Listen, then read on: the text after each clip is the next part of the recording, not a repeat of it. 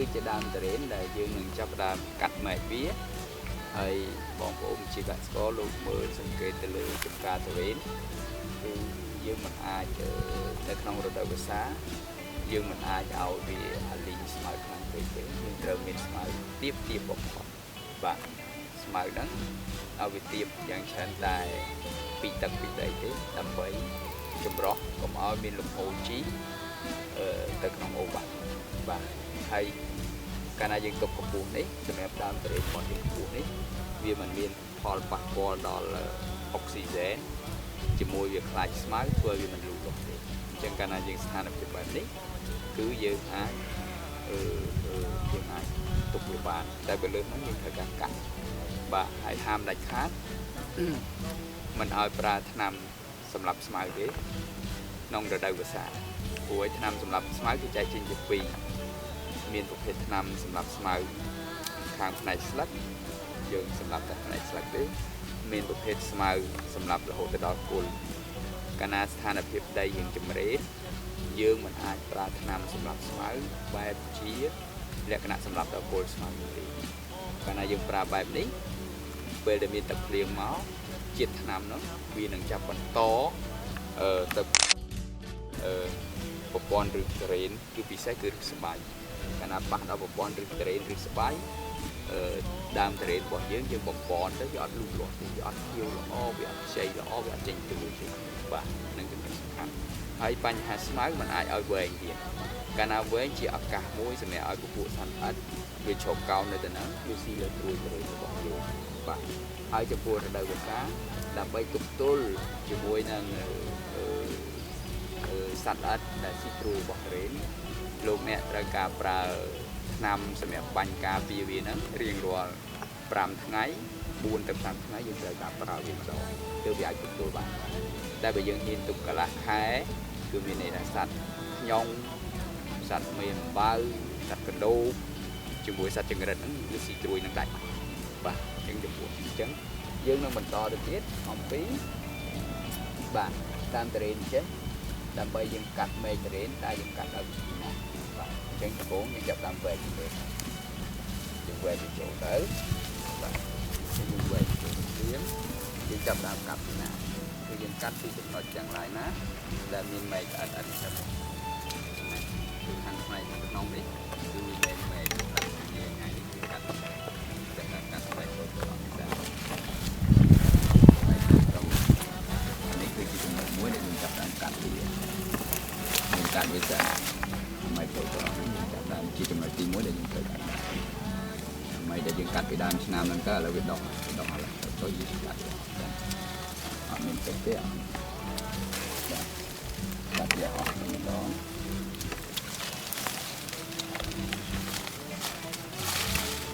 ហើយកាត់ហើយយើងត្រូវការ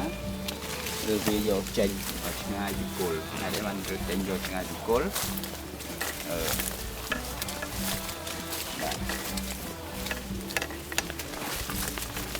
បាទយើងចាប់ដើមកាត់ហើយ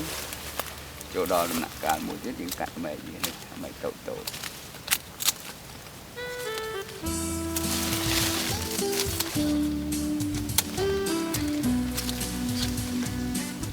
កាត់មែកតូចទៅមុនសិន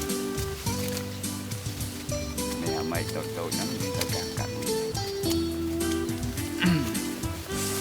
យើងដើរមើលស្រូវតាមផ្លូវក្រោយភូមិបកលស្រែមុំក្នុងមួយឆ្នាំត្រូវការកាត់2ដងអានេះវាដុះដោយសារពេលដើមឆ្នាំយើងចាប់ដើមកាត់វាដល់ពេលចុងឆ្នាំនេះវាដុះឡើងវិញអញ្ចឹងចំណុចសំខាន់របស់យើងត្រូវការកាត់ដូច្នេះចំពោះ2មែកនេះមែកទី1មែកទី2បានហើយវាកងនេះយើងកាត់មែកស្រីបងចិត្តក្រៅពេលយើងកាត់ហើយឃើញស្លាកខាងអញ្ចឹងយើងចាប់ដើមមើលនៅដល់នេះកុំឲ្យវាកងនេះស្មោកអត់មានអុកស៊ីហ្សែនចូលអត់មានពន្លឺចូលអញ្ចឹងធ្វើឲ្យវាអត់រីកដែរណាមួយទៀតនេះស្ដែងអានេះឃើញយើងស្មោកយើងកាត់វានេះមួយចេញណាកាត់ទៅត្រឹមតែស្រើកាហើយវាកាត់អស់ហើយយើងមើលសង្កេតនេះចាប់ដើមតលាយវាបន្តិចចាំមើលមួយផ្នែក នេះទៅតាមម៉ែដែលយើងត្រូវការកាត់វិញ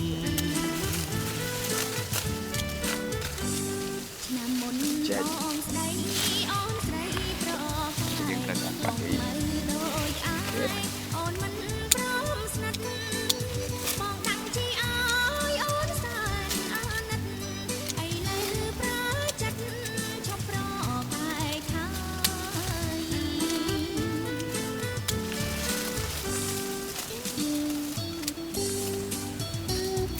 ចិត្តខ្ញុំកាត់ហើយអស់ចឹងទៅតាមមេក្រេពួកនេះមានកូនជុំ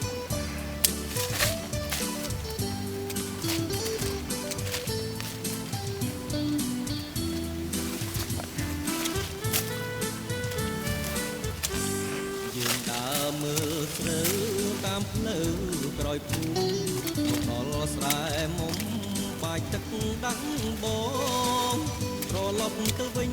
ជាងចូលវត្តផងឥឡូវជោគនងបងឲ្យសំហើយស្រីបងចិត្តខ្ញុំបាយកងដូចគ្នាដល់តែต้องចាអូនកាត់ចិត្តបងជួយដាក់ជីមើលត្រូវ ម៉ែឲ្យទៅលេងល្អយើងចង់តាមមកកាត់លើ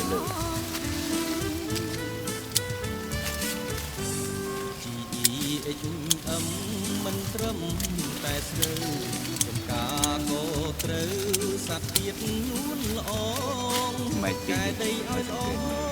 តែយើងគួរទុកម៉ែនេះឬទុកម៉ែកាលណាបើសិនយើងទុកម៉ែក្រោមវាទៅខាងជាប់ក្រោមមួយ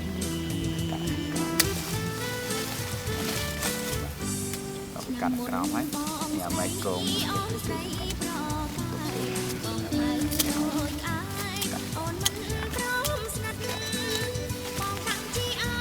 ក៏មិនទេគឺមកចេះបើសិនយើងទុកទៅវាជាឱកាសមួយសម្រាប់ឲ្យពួកសត្វល្អិតហ្នឹងចូលទៅជ្រកកោនហើយបង្កើតបានកាត់វាស្អាត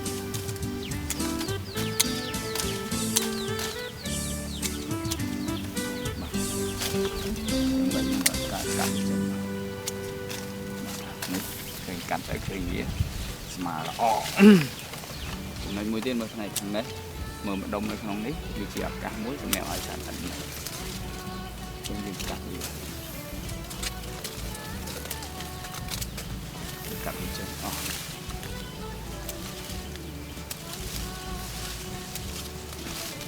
បាទអញ្ចឹងដើមតរេននេះបំបញ្ញមិញហ្នឹងឃើញវាឡើងសុបទ្រុបទាំងអស់តែដល់ពេលយើងកាត់ទៅឃើញឡើងស្អាតអស់ដូចយើងកាត់សក់ឡើងហើយយើងកាត់មើលសង្កេតមើលហេតុអីបានជាមែកនេះខ្ញុំមិនទាន់យកវាចេញមែកនេះមិនទាន់យកវាចេញអញ្ចឹងមែកនេះទុកឲ្យវាធ្វើរស្មីសំយោគសិនធ្វើរស្មីសំយោគដល់ពេលវាចាប់ផ្ដើមមែកនេះធំទៅយើងនឹងកាត់វាចេញនិងនឹងមានសាខាមែកនេះមកខាងនេះហើយមែកអស់នេះទាំង3នេះសិតតែត្រូវការកាត់ចេញបាទបាទអញ្ចឹងទុកនៅសល់មែក4គីឡូនេះទេ4តរេននេះថែតាមនេះមែនទេអញ្ចឹងក្រោយពេលដែលយើងកាត់វាហើយអស់យើងត្រូវការប្រមូលស្លឹកវានេះយកចេញពីគល់វាប្រមូលចំណុចចេញពីគល់វាអស់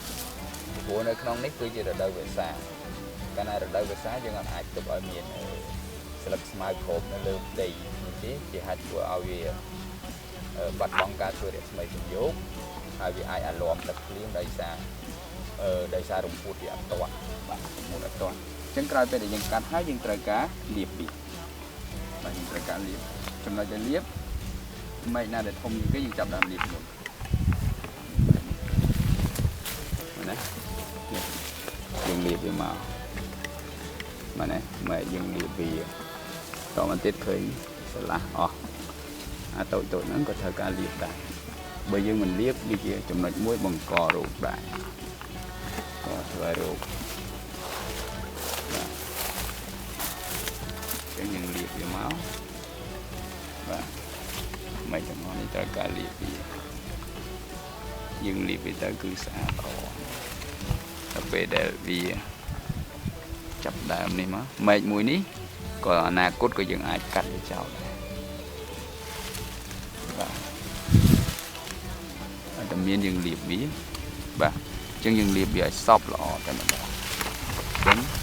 ក្រោយពេលដែលកាត់ទៅឃើញថាវាអត់ដុះស្លឹកអាញេអាញ៉ៃទៀតទេគឺមានពន្លឺចេញចូលគ្រប់ហើយយើងកាត់បែបនេះ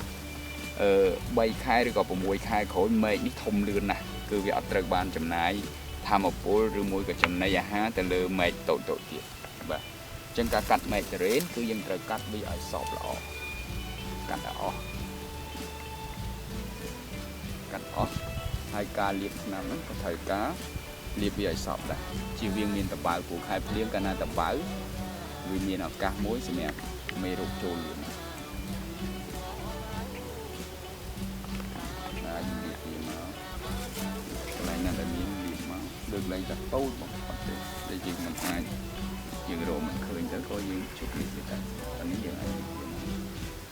បាទបាទ